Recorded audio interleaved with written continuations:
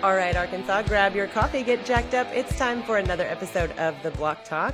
I am here with Ancil Lea. Welcome, Ancil. Thank you. Good to be here. Thank you, Jamie. Yes, and I'm so excited because we met by chance We did. in one of your favorite places, a coffee shop. Blue Cell Coffee in Conway. Yep. Yes. Yep, and I was wearing a Bluebird shirt, and I think you were looking at the soccer affiliation. You're a soccer dad. I am, and actually a former high school soccer coach for 14 years. But my baby girl played for the Bluebirds, the Mighty Bluebirds here in Little Rock. Yep, and so the Bluebird shirt, I said, hey, no, not soccer. This is for real estate. But we ended up forming a little bit of a friendship there, and sort of from that point have kind of gotten to know each other a little bit better. And I want to have you on the show because of so many different things, but the object of the podcast is to add value to our community. Sure. Something that I feel you have done a great deal of already. Well, thank you. Yes, sir. So I want to start with your story and kind of where you come from. Yeah. And I know that you're an OBU grad. But I am. How'd you get there?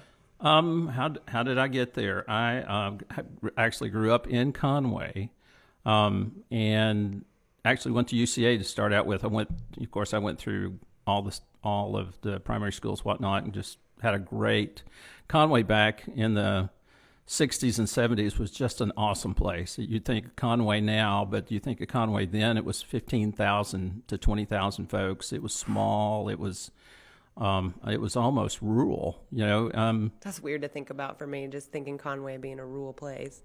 Really. And we lived on the edge of town, and it was just really kind of magical. We lived, when my mother's father, my grandfather, died when she was 2 in a plane crash, and he left her property, which was on the outskirts of town.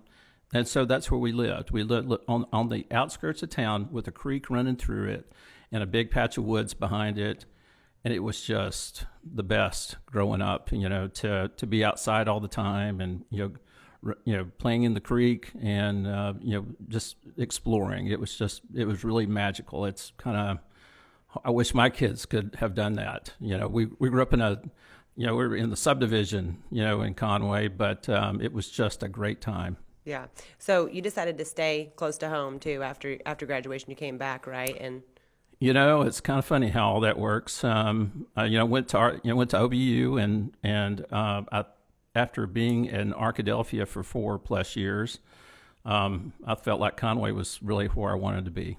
So yeah, I came back home, and at the time I had a little girl, and so I was really a single dad, and really came back where my mom helped me kind of raise her, and so that was thank goodness for my mom. Yeah, well, I've heard that grandparents and grandchildren have a common enemy, which is the parent. So I know that probably is beneficial, but then there's those times that you're like, would you please stop taking her to the candy store? So that's exciting, and I understand what it's like as a single parent trying to build, a business and a future and an opportunity for your children. And of course, Arkansas is a very business-friendly place. There's a lot of opportunity here, especially for someone who has graduated and you're in a situation where you have a degree and you can go out and seek sort of anything that you want. So what made you shift your career towards healthcare, which is what your background is in? It's a funny story. Down at OBU, I had a student job. My student job was to write parking tickets. Get away from me. I know. I got a second one not 10 minutes ago. I'm the worst at that. Me too. But I wrote, that's kind of was my first job to work for the Dean of Students. I went around. I was not very popular. But there he is again. Yes. And so I did that. And so one of the other things that happened is that really there was no computerization at OBU. Actually, there was like one computer on campus at the time. There were no PCs or anything like that. That was like back in the mid 80s. And so the dean of students, the dean said, "Hey, would somebody go punch these, all these tickets into the computer?" And I said, "No," but everyone was kind of scared of computers back then. Yeah. It's kind of funny. And since we live, didn't they? Right, and since we live with one, all the time now, it's just kind of funny. But back then, so I volunteered. I said, "Hey, I'll go do it." And so I started entering all these tickets we were writing into the computer so that they would go onto the students' accounts. And so what happened is that I just upon graduation, right at graduation, I was actually in Washington, D.C. and on a trip with the political science department with Dr. Hal Bass. And I got a call. They said, a friend of mine said, I'm leaving a position selling medical software. I know you've been working with computers down at OBU. Would you like to do that? I said, absolutely. I want a job. Yeah. And everyone doesn't like the ticket wrter guy, so please get me out of here. So I came back and interviewed and was hired. And I walked straight out of college into doing medical software. There was no computerization in medical clinics back then, or really much in hospitals or surgery centers. It was all paper, typewriters. Everything was done by hand. I mean, that has got to be a major for you just over the years watching the changes in that industry, because I know when I go now, the doctor has an iPad. They put everything in the iPad, and then their nurse already has it. By the time I see her, she's got the lab from the other guy. I mean, it's all the information is instant. And at the end of this year, there's even hospitals here locally that will have telemedicine where you can just log in and talk to your doctor. I mean, how has that affected your career over time? You just have to constantly adapt? That's been one of the most exciting things about in my career is that two things really happen: is technology has improved, and medicine has raced as well. And there's just been a lot of innovation on both sides. So it's been very exciting to try to keep up with both of it. Yeah. I mean, from the very large systems that we had when we first started down to now, from a PC to your everything being on your mobile device, it's just incredible, and the access to information that the physicians can get to and provide. Could you say it again, please? Yeah. I'm sorry, Siri. I didn't mean to include her in this conversation. I seem to be having trouble. Sorry. At any rate, it's just raced, and has just been it's taken effort to keep up with it. Yeah. And then here in the last 10 years, there's been a lot of, with the advent of the HITECH Act and trying to get everyone over to electronic medical records, there's been just a huge push by the federal government because of reimbursement, that you've got to be on electronic medical records of some sort. Yeah, which, I mean, you mentioned that medicine had advanced at the same time as technology, and that is so true, but you also said there had to be effort involved with keeping up with that curve. Arkansas is one of the leaders in both medicine and financial technology specifically, but technology in general. We've done a lot of amazing things here in this state particularly that the nation may not be aware of. Have you felt kind of the effects of that in your career? Have you been able to watch just the accolades that come along with that sort of fall into your field and to you specifically? That's a great question, because usually what happened, especially in medical software technology, most of these companies would come to Memphis. They would go to Memphis. They would step over Arkansas and go to Texas or go to Oklahoma City or whatever. And they just kind of leave us alone. But what's happened, man, right now there's such an innovation movement here in the state of Arkansas with like Health Tech Arkansas and the Venture Center and some of the others. And really, I would say even privately, with like the Arkansas Heart Hospital, with Arkansas Urology, I mean, and many others that are doing some very, some really cool things in regards to technology, some very innovative things, and investing in that. Yeah, it also allows for opportunity, like you talked about with your kids. Growing up in this area now, there's so much more opportunity, I'm sure, than initially there was, because we are known nationwide to be one of the largest agriculture states. And we have all these accolades for, yes, we sell all the rice. But additionally, you can come here, 70% of the country's medical practitioners at some point come through UAMS or through that university system of medical sciences, which kind of blew my mind when I figured that out. I mean, that's a lot of people. Interesting. I worked with a startup company out of New York, and it was run by a neurosurgeon. The neurosurgeon was from Australia. He did his residency, he did his work in Little Rock, and he came back here. Was like, wow, I'm home, and it was it's interesting that really we've got some, Children's Hospital. I mean, Second to none. it's really, and UAMS, and then the rest of the hospital systems, the privates, the Baptist and St. Vincent, and I mean all of them. right, Arkansas Surgical Hospital, they're doing some great things, and so we're in a good spot. I think we're one of the best kept secrets in the country. Yeah, well, not for long. So all work and no play would make Ancil a dull boy. So tell me about, you went from being a single dad to I know now that you're married and have several more children. Yes, we have a boatload more children. Yes. I think we pulled out a picture the other day and I was counting. And you were right. like, me too. Right. Yeah. So now with our new adoptive daughter, we have 6 children, and I have 1 grandson. Yes, congratulations on that. Thank you. On both. And I know adoption, that's something in Arkansas that maybe it's not as talked about as much as it needs to be, but we are a rural community for the most part. And so there are some issues with being in a rural community, having little access to things. And especially when you're talking about adoption, we don't have the ability to house all of these children who are in the system. But when you get the opportunity, it certainly is a life-changing experience. Can you shed some light on what that experience looked like for your family? Sure. I've been a part of, actually, since I graduated from OBU, was a part of the Arkansas Baptist Children's Home System, where I actually sat on the board. But what that allowed me to do is just to really see the kids. And actually, I started out as a child sponsor, where I just sponsored a child, but would get to know them, and as after we got, especially after my wife and I got married, we were more involved, and we got to know the kids, and then fast forward to about 5 years ago, I was asked to be on the board at Soaring Wings Ranch, which is just north of Little Rock, east of Conway, in Enola, the area. And really, what they do is take care of kids that are there through no fault of their own, and more of a foster care type situation, more of a group home.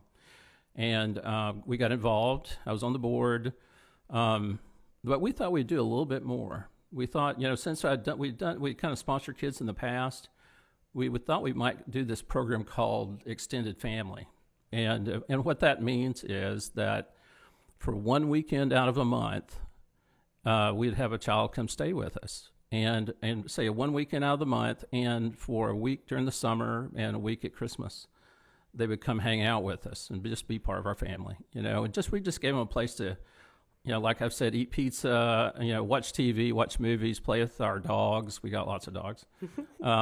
It's funny how that works, but and so we did that, and we got a little girl, and she was 9 years old.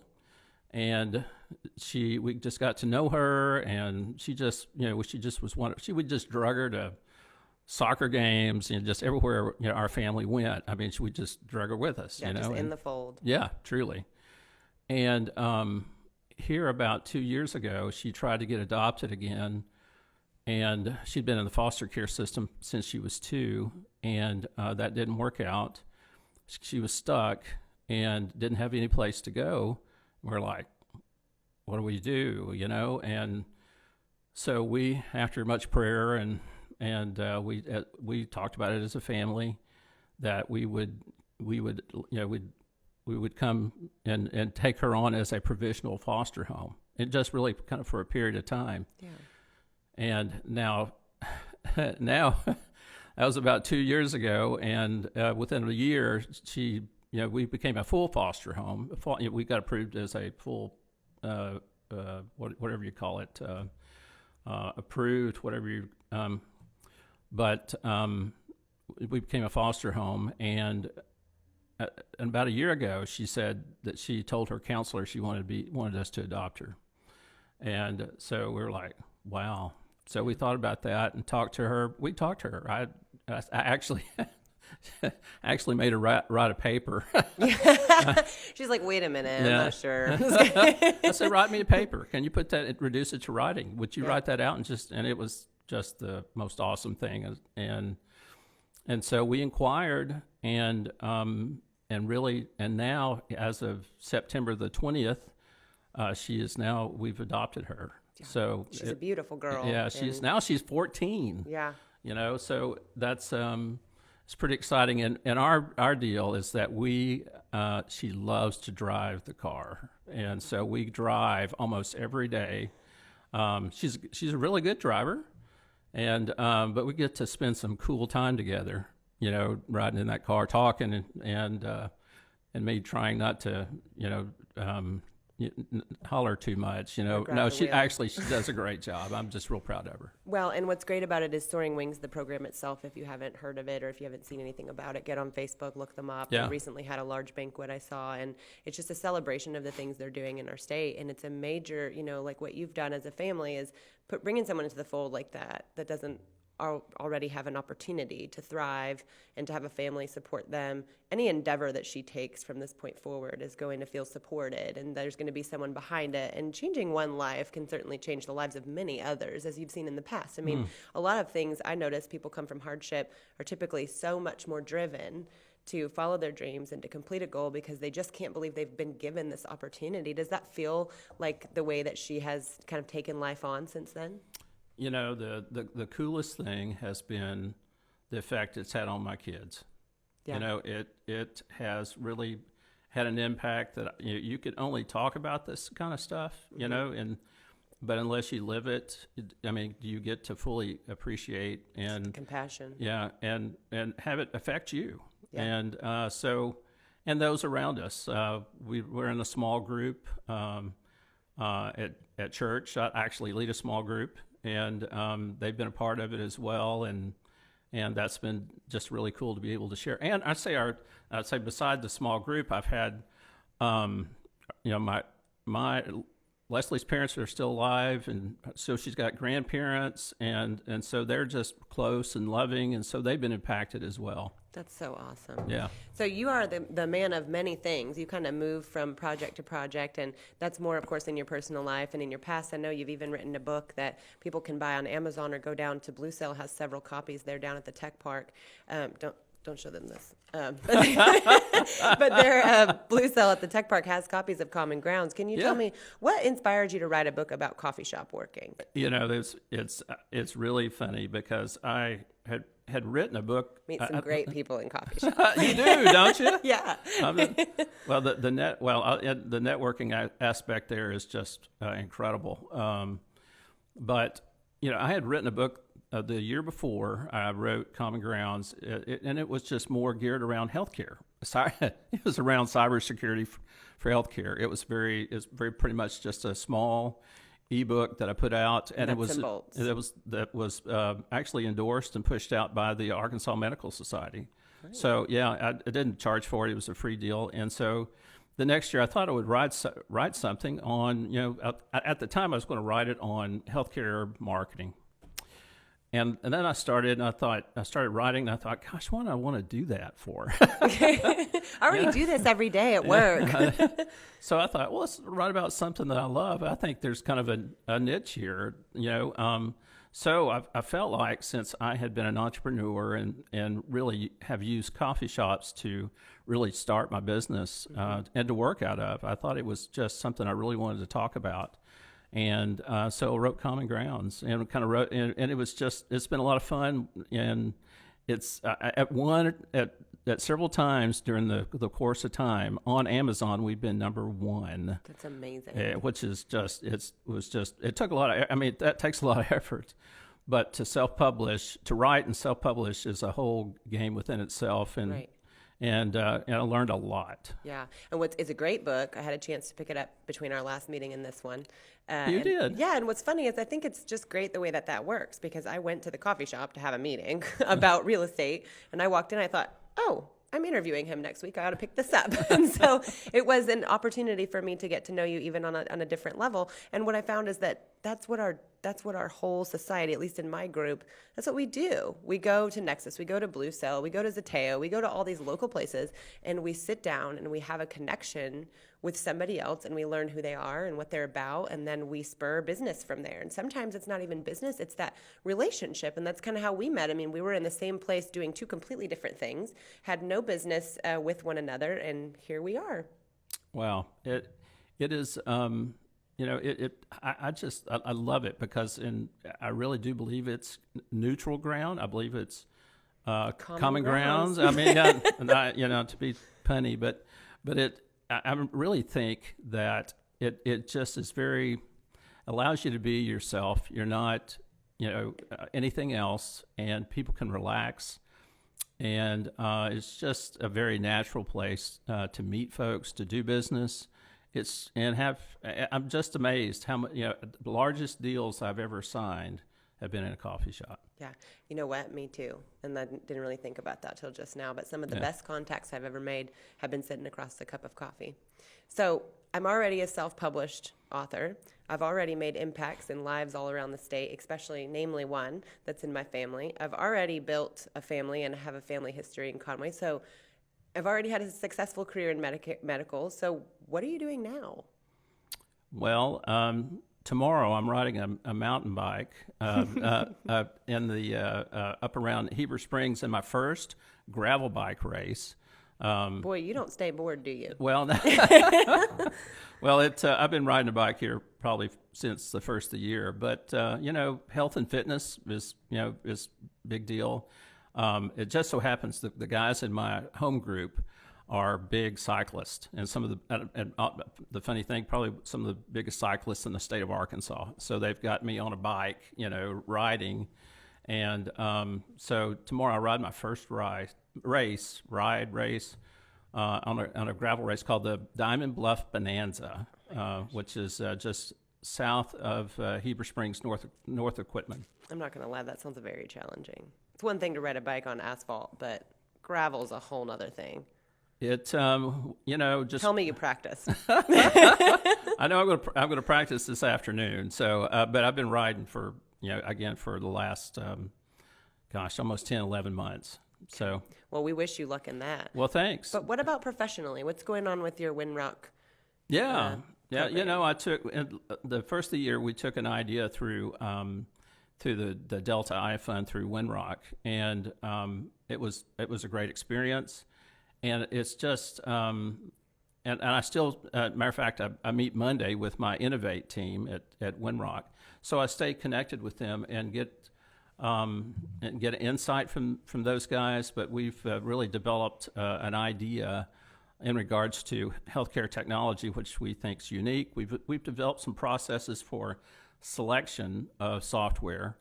Not only selection, but assessment, selection, implementation. We've built this process that we're trying to take to market, and actually we've got several clients: Arkansas Surgical Hospital, Arkansas Urology, Radiology Consultants, and others. I mean, and you're the authority on this. Like, I don't really. There's no one else that can really compare to this because you have been in healthcare technology since the whole room was a computer.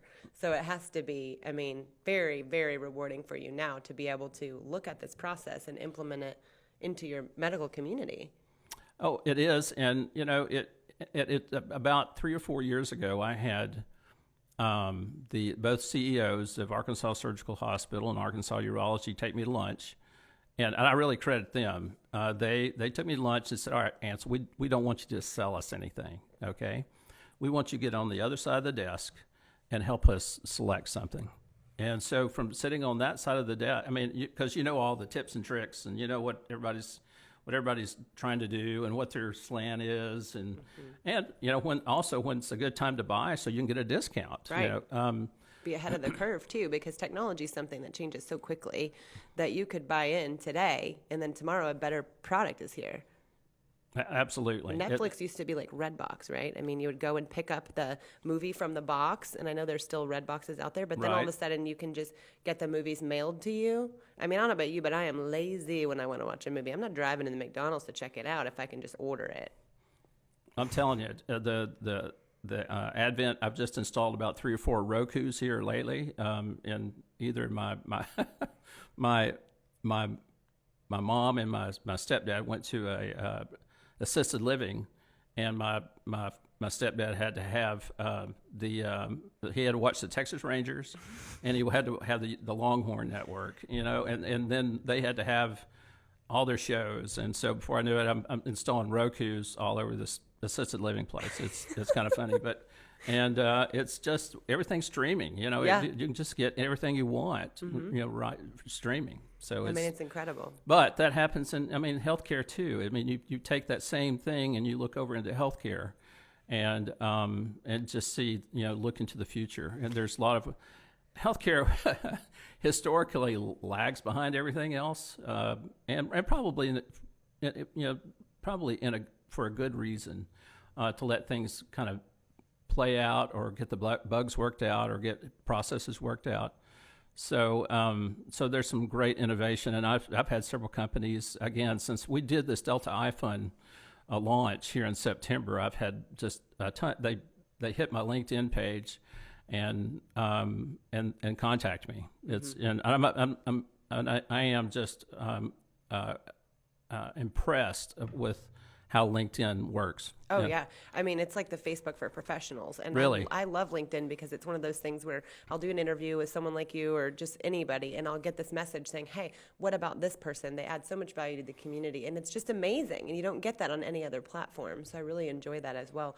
And there's a lot of innovation with entrepreneurs. And so I'm sure you see that all the time with healthcare. You see these young people coming in, or even older people coming in with these great ideas that could potentially shift the way that we do things. You mentioned that medical can sometimes be behind with technology, and it's interesting because what I was thinking in my head is the all-encompassing nature of healthcare. So I'm at the doctor the other day and I'm washing my hands, and I'm thinking, I bet it was so relieving for doctors to be able to go boop and get the soap on their hand, boop and get the soap out of the water instead of touching the handle and touching the dispenser. And that's just a small piece of then taking an iPad and being telemedicine with your patients. I mean, it just encompasses every little thing. You must stay busy. There's a lot of opportunity to do a lot of, from care to the care of patients, to really on the physician side of it, that you're getting your documentation right, that you're tracking things correctly to give good care to your patients, and to be able to communicate with them. That's one of the things I see that I'm working on right now is, really, trying to get through the call system, if you will, to get to the doctor, to the nurse, to get your questions answered. I think that's going to be an area that you see in the future that will be automated even more. Yeah, which is exciting. And then also, I'm medically terrified of everything. So just, admission, when it's medical, I'm going, oh, not my area, because it's just amazing to me the way that doctors look at problems and they can address them from so many different directions, and there's so many different opinions on how to handle care and what medicine works and what natural remedy works, and it's just the most incredible industry. So I don't envy you, because I know that there's probably a lot to sort through and a lot to figure out when you're weighing what's the best thing, especially with funding. What's the best thing to put our money towards when, again, it could change tomorrow on a dime? For sure, and you've got to just really, and I think that's one of the things that I do, is that really I sit down with them and look at their priorities and try to find the solutions that do meet those. And because, again, there's all kinds of technology that's being that's being developed that may or may not be, in the end, be helpful. Right. So I do want to talk to you about something real quick before we go, because you have another daughter who is just all over the place in Arkansas. She's at Crystal Bridges. She's at Magnolia Market. So tell me a little bit about her. My daughter, Amber E. Lee, she has developed, I was amazed at her in that I didn't know if she would, I hope she'll watch this and hope she won't get mad at me. But I was like, what is she going to get a degree in? What is she going to do? And so she got a degree in ceramics. I'm like, okay, where do we go with this? Yeah. But what she taught me, she teaches me now. Because she followed her passion, and following her passion, she went down to Baton Rouge and was going to get into LSU grad school. And while she was there, she got exposed to this place called Grandmother's Buttons, and from Grandmother's Buttons, she learned how to make jewelry out of these antique buttons. Well, she thought, aha, maybe I can make jewelry out of ceramics. And so she took that idea, and the first ones looked like large fishing lures, but now I mean, Joanna Gaines wears her earrings, and she promotes them in her Magnolia. They sell all of her stuff in Magnolia Market. That's amazing. It is, and she's picked up by Ann Taylor. She's been in Ann Taylor stores as well as this some other large hipster place I'm not really sure about. So, but I'm just fascinated by what she's done, and what's so cool is that she'll say, "Hey, Dad, do you listen to this this podcast called How I Built This by Guy whatever, he's on NPR." And I started listening. She got me listening to this. I'm like, all right, here's my artist daughter listening to entrepreneurial podcasts while she's doing her work and building a business. She's building a brand, building a business, and I'm just so impressed by what she's doing by just following her passion and her gifting. It's just been incredible. And you can see all of her stuff at amberelee.com.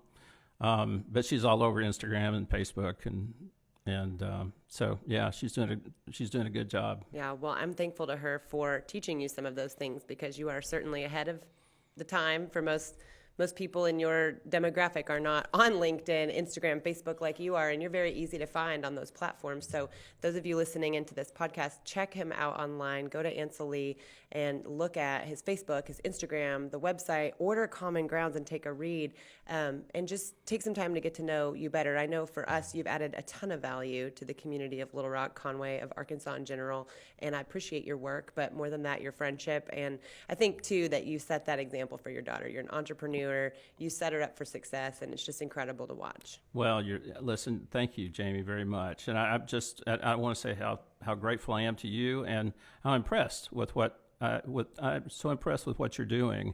I want to learn. I mean, you're doing some really cool, cutting edge things, and I want good things for you as well. I thank you so much, and I am looking forward to seeing what both of us can accomplish together in the future. But thank you so much for coming on the show and sharing your story with us and adding value.